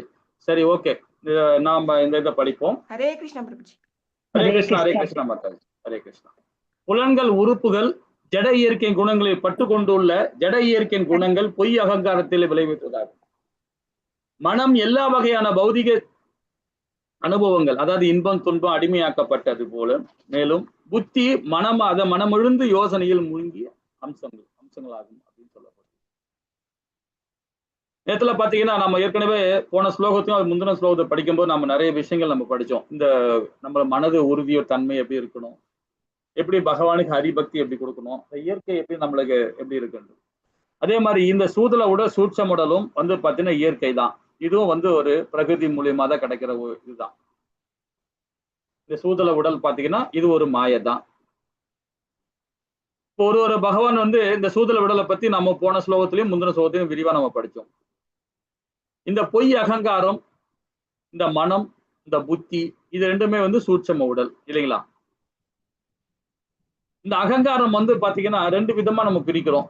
ரெண்டு விதமா, எப்படி மனதை எப்படி நண்பனாக்குறது விரோதமாக்குறது நம்ம தெரிஞ்சுக்கிறோம். அதே மாதிரி பொய் அகங்காரம், அகங்காரம். அகங்காரம் இருக்குது பாத்தீங்கன்னா பகவானுடைய பக்தர்களுக்கு அகங்காரம் இருக்கும், பொய் அகங்காரம் இருக்காது. பகவானுடைய பக்தர்களுக்கு, பகவத் பக்தர்களுக்கு அகங்காரம் இருக்கும், ஆனா பொய் அகங்காரம் இருக்காது. பௌதிகவாதிகளுக்கு பொய் அகங்காரம் தான் மேலோங்கி இருக்கும், உண்மையான அகங்காரம் இருக்காது. உண்மையான அகங்காரத்துக்கும் இதுக்கும் நிறைய வேற்றுமை இருக்கு. பொய் அகங்காரத்துக்கும் உண்மையான அகங்காரத்துக்கும் வேற்றுமை இருக்கு. அது யாராவது தெரிஞ்சுங்க, யாராவது சொல்ல முடியுமா? பக்தர்களுக்கு அகங்காரம்னா என்ன, பௌதிக அகங்காரம்னா என்ன, பொய் அகங்காரம்னா என்ன, யாராவது சொல்ல முடியுமா? ஹரே விளக்க முடியுமா? கிருஷ்ணா பிரபுஜி. ஹரே கிருஷ்ணா பிரபுஜி. பொய் சொல்லுங்க. அகங்காரம்ங்கிறது நான் எனதுங்கிற ஒரு மமதை பிரபு. எல்லாம் நான் தான் செய்யறேன், நான் அப்படி வருவேன் இப்படி வருவேன்ட்டு எல்லாம் நம்ம இந்த உடம்பை மையமா வச்சு பேசுறோம். உண்மையான அகங்காரங்கிறது எல்லாம் பகவானுடைய செயல், எல்லாத்துக்கும் உரிமையாளர் பகவான் தான், நான் ஒரு கருவிதான் அப்படிங்கிறது. பகவானுடைய ஒரு கட்டளைப்படி அவருக்கு சேவகனா இருந்து நான் பணிபுரிகிறேன் அப்படிங்கிற மனப்பாடு இருக்கு.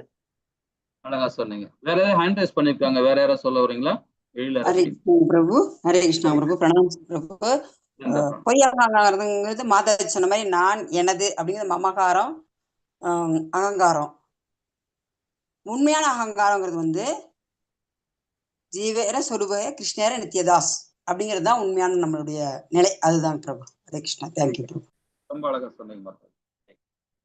ஸோ அகங்காரம் பொய் அகங்காரம் நம்ம தெரிஞ்சுக்கிட்டோம் இல்லைங்களா? இதே மாதிரி பாத்தீங்கன்னா ராவணன் இருக்கான், ராமாயணத்துல ராவணன் இருக்கலாம்.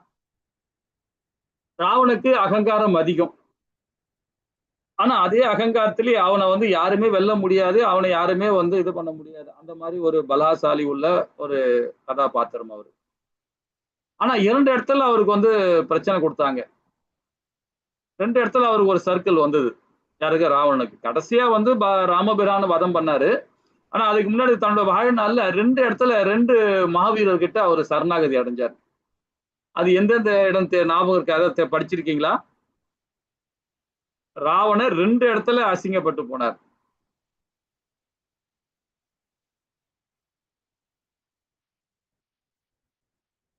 ஹரே கிருஷ்ணா. லட்சுமணன் கிட்ட ஒரு தடவை பிரபுஜி.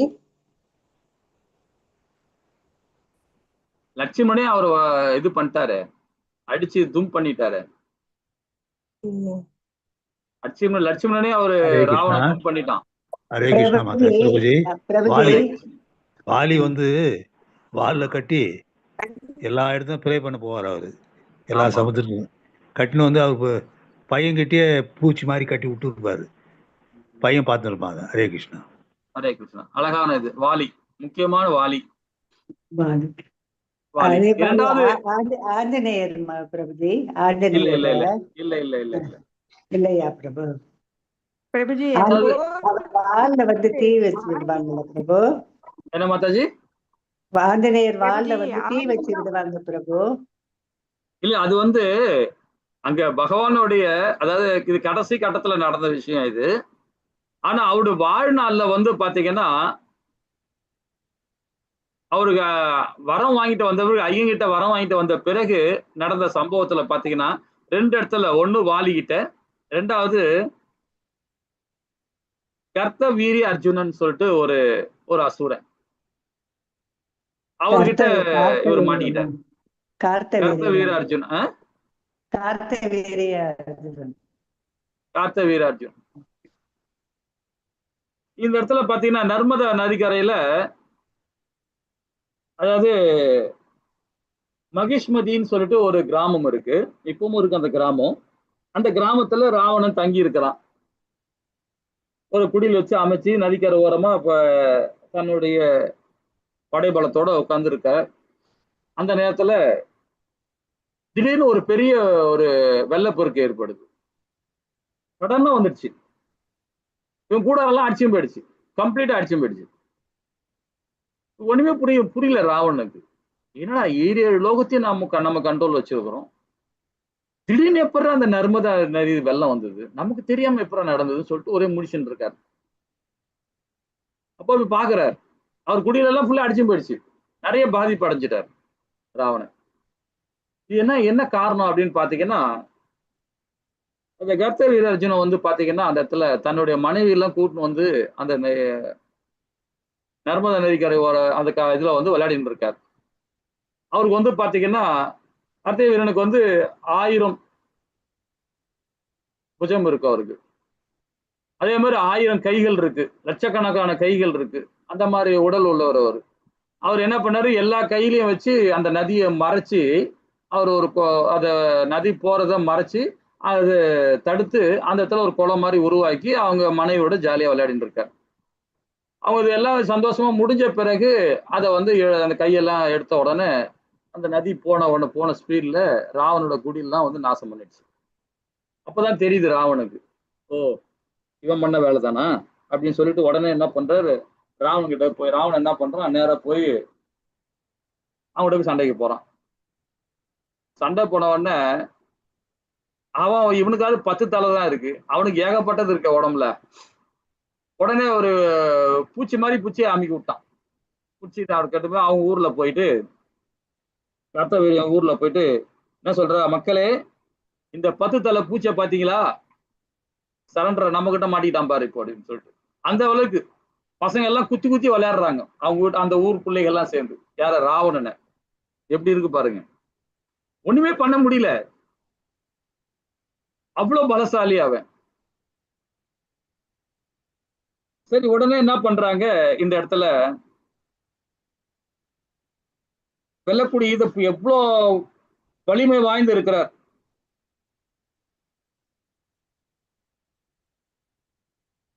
ஆனா இந்த இடத்துல வந்து பண்ணா நம்மளுடைய பரசுராமனுடைய தந்தையா இருக்கார். பரசுராமனுடைய தந்தை, தந்தையார் பேர் தெரியுமா?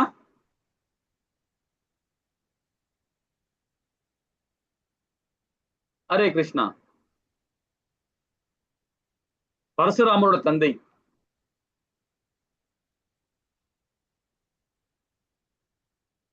ஹரே கிருஷ்ணா மாதாஜி பிரபு. சொல்ல மாட்டீங்களே? ஹரே கிருஷ்ணா பிரபு. ஜமதக்னி பிரபு. ஹரே கிருஷ்ணா பிரபு. ஜமதக்னி. ஜமதக்னி. ஓகே.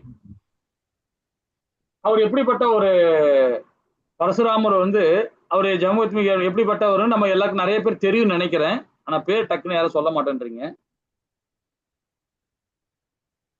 எவ்வளவு பெரிய வீரனா இருந்தாலும் சரி, அவரை பத்தி சொல்ல வரேன்னு பாத்தீங்கன்னா, பிரபுஜி பராசர முனியா பிரபுஜி? இல்ல இல்ல இல்ல இல்ல, இப்ப மாதாஜி சொன்னாங்களே ஜமதக்னி தான். என்ன பிரபுஜி? ஹரே கிருஷ்ணா மாதாஜி. இன்னொரு வாட்டி சொல்லுங்க பிரபுஜி. ஹரே கிருஷ்ணா. கேக்குது நான் பேசுறது? நான் சொல்றேன்.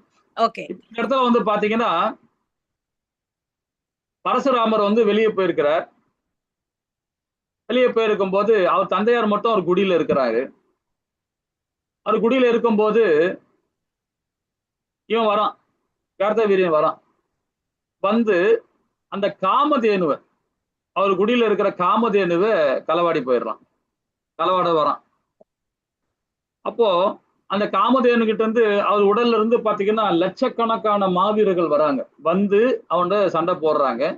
சண்டை போட்டு அவனை வெல்ல முடியல, கார்த்தவீரியனை வெல்ல முடியல. அப்போ அந்த காமதேனு தூக்கிட்டு போயிடுறான் அவன். உடனே இங்க வந்து பரசுராமருக்கு வந்து பாக்குறாரு, குடியில வந்து பாக்குறாரு, பார்த்தா காமதேனு இல்லை. அப்போ தந்தையார வந்து கேட்கறான், ஜமதக்னி கேட்கறான். கேட்ட உடனே எங்க அப்படின்னு, இந்த மாதிரி எடுத்து போயிட்டான் அப்படின்னு சொல்லிட்டு. உடனே இவரு என்ன பண்றாரு, அவன்கிட்ட போய் சண்டைக்கு போறாரு. யாரு? பரசுராமர். சண்டைக்கு போய் அவனை வதம் பண்றார் பரசுராமர். எப்படிப்பட்ட வரன் பாருங்க. பரசுராம கையில மழு எனப்படும் கோடாரி ஏந்தி கொண்டு 1000 தோல் படைத்த கார்த்தவீரியன் எதிர்த்து போரிட சென்றார். பரசுராம தன்னை தாக்க வருவதை அறிந்து கொண்டான். கார்த்தவீரியன் முனிவரை எதிர்த்து போரிடுவது மன்னனின் தனக்கு இழக்கு என்று கருதி அவன் தனது கீழ் உள்ள சிற்றரசனை, ஒரு மன்ன, அதாவது பரசுராமோட சண்டை போடக்கூடாது, ஒரு சாதாரணம் தானே அப்படின்னு சொல்லிட்டு, ஒரு அந்தனர் தானே இவன் அப்படின்னு நினைச்சுக்கிட்டு என்ன பண்றான், அவனுக்கு கீழே உள்ள சிற்றரசனை அனுப்புறான் கார்த்தவீரன். ஆனா இவர் என்ன பண்றாரு, அந்த மழையில வச்சு பந்தம் பண்ணிடுறாரு, அவனுங்களை எல்லாரையும் கொண்டுடுறாரு. உடனே அதுக்கப்புறம் இவன் போறான், கார்த்தவீரியன் போறான். ராவணனையே கண்ட்ரோல் பண்ணவன், அவ்வளவு பலசாலி இவன், ஒரு நர்மதா நதிக்கரையே மறைஞ்சான். அப்படிப்பட்ட பரசுராமரை தப்பா நினைச்சிட்டான், வேற மாதிரி நினைச்சிட்டான். இப்ப அங்க போன உடனே ஃபுல் வதம், கம்ப்ளீட்டா சண்டை நடக்குது. எல்லா கையும் கட் பண்ணிடுறாரு. 1000 லட்சக்கணக்கான கை, லட்சக்கணக்கான தோள்பட்ட எல்லாத்தையும் கொண்டுடுறாரு. அந்த காமதேவனை திருப்பி கொண்டாந்து ஒப்படைக்கிறார் இல்லைங்களா? இது எதுக்கு சொல்ல வர்றேன்னு பாத்தீங்கன்னா, அகங்காரம் இருக்கணும். பொய் அகங்காரமா இருந்ததுன்னு வச்சுங்களேன், அது நம்மளே அடிச்சிடும். ராவணனை கண்ட்ரோல் பண்ற வரைக்கும் உனக்கு அந்த பலம் இருந்தது. இவன் ஒரு சாதாரண ஒரு அந்தனர் தானே அப்படின்னு ரொம்ப ஈஸியா நினைச்சிட்டான். ஏன்னா அகங்காரம் வந்து சில இடத்துல வந்து பொய் அகங்காரம் இருக்கும்போது நிறைய பந்தப்படுவாங்க. ஆனா அகங்காரம் இருக்கும்போது பாத்தீங்கன்னா அதுலயும் பந்தப்படுவாங்க. தெய்வீகமான குணம் தான் அது, அந்த குணத்துல அந்த அகங்காரம் நல்லதுதான் அது. ஆனா அந்த குணத்துல இருக்கும் போது கூட சில நேரத்திலும் நமக்கு அந்த சர்க்கிள் வரும். ஏன்னா அது வந்து சத்துவ குணம். பொய் அகங்காரம்ன்றது சத்துவ, அது பொய் அகங்காரம்ன்றது பௌதீகம், அகங்காரம்ன்றது சத்துவ குணம். அந்த குணத்துல இருக்கும் போதும் நமக்கு என்ன வரும்னா சர்க்கிள் வரதான் செய்யும். ரொம்ப ரொம்ப ஜாக்கிரதையா நாம செயல்படணும் இல்லைங்களா? நம்ம அடிக்கடிக்கு சொல்லுவோம் இல்லைங்களா, நம்ம ஆச்சாரிகள் சொல்லுவாங்க, சில பிரபுபாதர் சொல்லுவார், நம்ம வந்து ஹரிநாமத்தை சொல்றோம்னா நாம கண்டினியூவா அந்த 16 ரவுண்டுனா 16 ரவுண்டு காலையிலேயே முடிச்சிடணும். சில பேர் மத்தியானம் பண்ணுவாங்க, சில நேரம் சாயங்காலம் பண்ணுவாங்க. பண்றது தப்பு இல்லை. அது சில பிரபு என்ன சொல்றாருன்னா, காலையிலேயே 6 மணிக்குள்ளார 16 ரவுண்டு முடிச்சிருங்கன்னு தான் சொல்றாரு. 6 மணிக்கு மேல பண்றவங்க வந்து 16 ரவுண்டுக்கு மேல பண்றவங்க விருப்பப்பட்டவங்க பண்ணலாம், மதியானம் சாயங்காலம் இந்த மாதிரி பண்ணலாம். ஆனா ஒரு உண்மையான வைசியன் கண்டிப்பா காலையிலே முடிச்சிடணும். அதுவும் காலையில மங்களாரத்தி பண்றதுக்கு முன்னாடி 8 ரவுண்டு பண்ணணும். தீட்சை வாங்குறோம் கண்டிப்பா பண்ணணும். காலையிலேயே பிரம்ம முகூர்த்தத்துக்கு முன்னாடி 8 ரவுண்டு பண்ணிடணும். மங்களாரத்தி முடிஞ்ச உடனே 6 மணிக்குள்ளார அந்த 8 ரவுண்டு முடிச்சிடணும். 16 ரவுண்டு முடிச்சிடணும்னு வச்சுங்களேன், அதுதான் அதி உத்தமம். அப்படி நம்ம பண்ணலைன்னா நம்ம என்னதான் பக்தி கொடுத்தாலும் அன்றைய பொழுதுல நம்ம கம்ப்ளீட்டா பௌதிகத்தில் தான் இருப்போம், குறை சொல்லிக்கிட்டே இருப்போம், பிரச்சனையிலேயே மாட்டிக்கிட்டே இருப்போம். நம்ம முடிஞ்ச வரைக்கும் முயற்சி பண்ணுங்க. ஆனா சாத்தியப்படாது, கொஞ்சம் கடினமா தான் இருக்கும். ஆனா முயற்சி பண்ணீங்கன்னா கண்டிப்பா பண்ண முடியும். ஏன்னா நம்ம 4:30 மணிக்கு மங்களாத்தினா நான் ஒரு 3:30 மணிக்கெல்லாம் எழுந்துக்குங்களேன். 9 மணிக்கெல்லாம் படுத்தணும். பெரியவங்க எல்லாம் கண்டிப்பா படுத்துருவாங்க 9 மணிக்கெல்லாம். ஏன்னா அவங்களுக்கு எந்த ஒர்க்கும் இருக்காது, வீட்டை ரெஸ்ட் எடுத்துட்டு இருப்பாங்க. அதனால பண்ணிடலாம். 9 மணிக்கெல்லாம் படுத்துடணும். படுத்துட்டு 3 மணிக்கெல்லாம் எழுந்துக்கலாம், 3:30 எழுந்துக்கலாம். எழுந்துக்கிட்டு ஒரு 8 ரவுண்டுன்றது ஒரு 3/4 மணி நேரத்துல பண்ண முடியும். சாதாரணமா உட்காந்து பண்ணுங்களாம். 4:30 மணிக்கு மங்களாத்தி முன்னாடி 8 ரவுண்டு பண்ணிடுங்க. அது மங்களாத்தி முடிஞ்ச உடனே உட்காந்து இதை பண்ணிடுங்க. பண்ணிட்டீங்கன்னு வச்சுக்கலாம், அன்னைக்கு அந்த பொழுது ஃபுல்லாவே உங்களுக்கு பௌதிக தன்மையே போவே போவாது, மனம் அங்குமே போவாது, நம்ம கண்ட்ரோலே இருக்கும். இல்லைன்னா சரி அப்புறம் பண்ணலாம், மதியானம் பண்ணலாம், சாயங்காலம் பண்ணலாம், நீ நைட் வரைக்கும் பண்ணிடலாம், டைம் இருக்கு அப்படின்னு பண்ணீங்கன்னா அந்த பொழுது ஃபுல்லா உங்களுக்கு பௌதிகம் தான். என்னைக்குமே ஹரிபக்தியோட இருக்கும்போது அந்தந்த நேரத்துக்கு தகுந்த மாதிரி பண்ணிடணும். அந்த அகங்காரம் இருக்கணும். அந்த அகங்காரம் இல்லைன்னா கண்டிப்பா நமக்கு அன்னைக்கு ஃபுல்லா பிரச்சனை தான் இருக்கும். இப்ப நம்ம கோவில்ல ஒருத்தர் இருக்கார், ஒரு பிரம்மச்சாரி, பெங்காலில இருந்து வந்தவர். அவர் பேப்பர் வச்சிருக்கிறார், அந்த பேப்பர்ல எழுதி வச்சுக்கிறார், 16 ரவுண்டு ஒரு நாளைக்கு பண்ண சொல்லியிருக்காரு சீல பிரபுபாதா. நான் ஒரு ரவுண்டு பண்ணல, இந்த ரவுண்டு நாளைக்கு பண்ணல, அந்த ரேட்ல பண்ணல, இந்த ரேட்ல பண்ணல, ஒரு நாளைக்கு ஒரு டேட் வச்சுக்கிறாரு, அவர் எழுதி வச்சுக்கிறாரு. என்னடா இப்படி பண்ணிட்டு இருக்க அப்படின்னு. வேற என்ன பிரபு பண்றது, வேலை நிறைய வந்துருச்சு, உடம்பு வேற ஒரு நம்ம கண்ட்ரோல் இருக்க மாட்டேங்குது, சில நேரத்துல சரி அப்புறம் பண்ணிடலான்னு விட்டுறாரு. அவரு பெங்காலி, எனக்கு பெங்காலி தெரியாது, அவர் ஹிந்தி நல்லா பேசுவாரு, நம்ம தத்துக்கா புத்துக்காம பேசுவோம், அவர் இங்கிலீஷ் வராது, நம்ம என்ன பண்ண முடியும், ஏதோ ஒரு பாஷையில சொல்லி அவருக்கு புரிய வச்சோம். அவர் கையில பாத்தீங்கன்னா கிட்டத்தட்ட 40 கிட்ட போயிடுச்சு ரவுண்டு பேலன்ஸ் இருக்கு அவருக்கு. ஒரு 10 நாளா 15 நாளா பண்ணாம இருக்கிறாரு அவர். ஒரு நாள் 2, ஒரு நாள் 3 அப்படி டேட் எழுதி வச்சிருக்கிறார். அப்ப மொத்தமா 40 எப்படி பண்ண முடியும் இல்லைங்களா? அப்ப அந்த காலம் தாழ்த்துறாங்க பாத்தீங்களா, இதே பகவத்கீதையில சொல்லப்பட்டிருக்கு இல்லைங்களா, 18 அத்தியாயில சொல்லு. காலம் தாழ்த்துறவன் யாரு பண்ணுவான், ரசோ குணத்துக்காரன் தான் பண்ணுவான், தமோ குணத்துக்காரன் தான் பண்ணுவான். அப்ப அந்த நிலையை நம்ம ஆட்டோமேட்டிக்கா போயிடுவோம். காலம் தாழ்த்தவே கூடாது. ஹரிபக்தி கொடுக்கறன்னா அந்த நேரத்துல கொடுத்துடணும். கோவிலுக்கு போனோமா அந்த உடனே கோயிலுக்கு போயிடணும், கோயில் பகவானுக்கு சேவை பண்ணணும் இல்லைங்களா. ஹரே கிருஷ்ணா மகாமந்திரம் சொல்றது கூட சரி, காலம் தாழ்த்தாதீங்க. அந்த 16 ரவுண்டு குறைஞ்சபட்சம் தீட்சை வாங்கினவங்க 6 மணிக்குள்ள முடிச்சிடணும். அப்புறம் பண்ணலாம்னு தள்ளி போடாதீங்க. போட்டீங்கன்னா கூட சரி, தீட்சை வாங்கினா கூட பலன் கிடையாது, ஹரிபக்தி தான். அதனால அது முயற்சி பண்ணுங்க. சில பிரபுபாதா ரொம்ப அற்புதமா சொல்லியிருக்காரு. ஜெயபதக சாமி அன்னைக்கு ஒரு இதுல அந்த சப்தங்களை சொன்னார், நம்ம 16 ரவுண்டுக்கு மேல பண்றதுனால நம்ம மதியானம் பண்ணுவேன், சாயங்காலம் பண்ணுவேன்னா பண்றது, நான் 16 ரவுண்டுக்கு மேல பண்றேன். அதனால அந்த கரெக்டா அந்த இப்போ நம்ம கோவில் இருக்கும்போது எனக்கு விசேஷமா இருக்கும். கோவில் இருக்கும்போது பார்த்தீங்கன்னா எந்த வேலையும் கிடையாது, 2:45 எழுந்துப்போம், 10 மணிக்கு மேல தூக்கம் வராது. கோவில்ல நாங்க என்ன பண்ணுவோம், உட்காந்து ஒரு 3 பேர் நாங்க இருக்கிறோம். குளிச்சுட்டு ஒரு 3:15 உட்காந்துருவோம், 3:10 3:15 உட்காந்துருவோம். உட்காந்துட்டுனா அப்பவே 16 ரவுண்டு முடிச்சிருவோம். மங்களாரத்தி பண்ற முன்னாடி அந்த மங்களாரத்தி பண்ணும்போது அந்த ஆரம்பிக்கிறது முன்னாடியே அந்த ஹரிபக்தியோட பகவான் நாம சொல்லும் போதே கேமராலாம் கொண்டாந்து எல்லாம் வச்சு, லேப்டாப்லாம் வச்சு, டேபிள்லாம் போட்டு அந்த வேலையை நான் பார்த்துட்டு இருப்பேன்.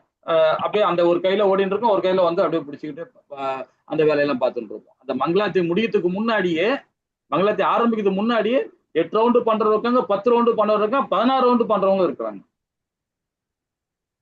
குறைஞ்சது ஒரு 8 ரவுண்டு நீங்க கண்டிப்பா பண்ணிடுங்க, அதான் நல்லது. ஓகேங்களா. ஹரே கிருஷ்ணா. வாஞ்ச கல்பத்தராய் கிருப சிந்து ஏவ சபரணானா பாவனிய வைஷ்ணவி நமோ நமக. ஜெய் ஸ்ரீ கிருஷ்ணா சைத்தன்யா பிரபு நித்யானந்த ஸ்ரீ அத்வைத கதாதார சிவாசாதி கௌர பக்த விருந்த கி. ஹரே கிருஷ்ணா கிருஷ்ண கிருஷ்ண ஹரி ஹரி, ஹரே ராம ராம ராம ஹரி ஹரி. ஏதாவது டவுட் என்ன கேட்கலாம். ஹரே கிருஷ்ணா மாதாஜி பிரபு.